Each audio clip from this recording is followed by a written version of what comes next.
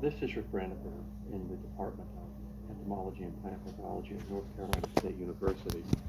And along with my collaborator, David Jordan in the Department of Crop and Soil Sciences at North Carolina State University, we have worked in Ghana, West Africa on peanuts or groundnuts, primarily the production side of things, for 25 years at this point.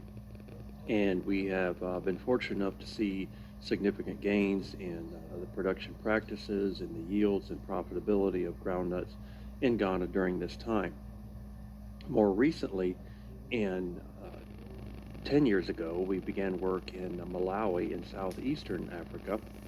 And as we've seen in that country, there's been a very rapid paced transformation of agriculture, rapidly reducing the acreage that is devoted to tobacco production and moving into other crops.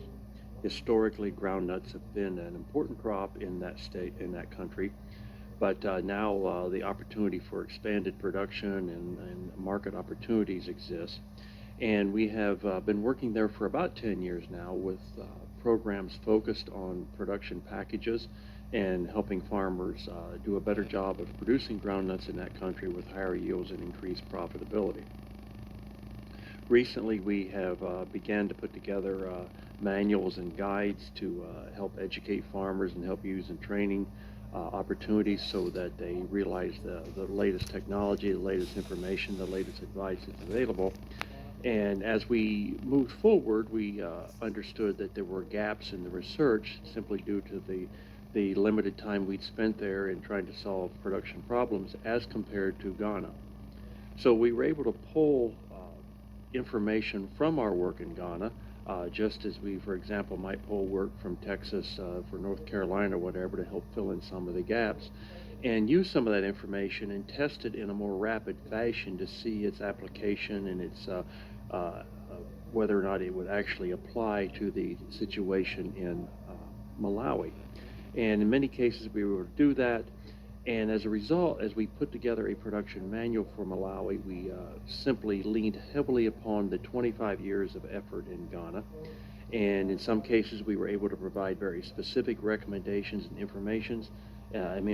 Other cases, it needed to be a little more generic. But the role that the 25 years spent in Ghana, and not just from Dr. Jordan and I's program, but also from other research that's taken place, the value of that for developing educational materials for Malawi simply cannot be overstated. On the poster, you can see in the middle of the poster the table of contents for the production manual that we have put together. There still are some gaps that exist, and the one thing about putting together a production manual, it allowed us to gain a better understanding of where we had knowledge gaps and how to proceed forward with our research opportunities. And then further to the right, we have put together a Malawi groundnut risk guide. We've also done this for Ghana.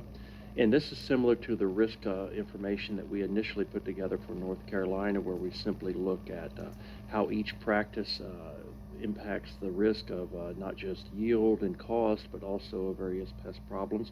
And it goes on a green, yellow, red highlight. Where you're in your green, the risk is relatively low. As you move into the yellow category, you're either trending in the wrong direction or perhaps back into towards the green in the right direction. And if you're a red, that means you're very high risk in that particular category.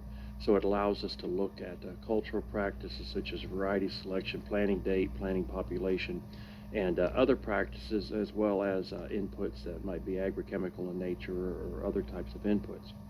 And again, this risk index, putting it together, helped reveal many gaps, many shortcomings we had in the research, and helps us focus on where to fill those gaps. But these risk index also are very valuable educational tools, and they help educate farmers on the various interactions and the decision-making process to ensure profitable and high-yielding groundnuts.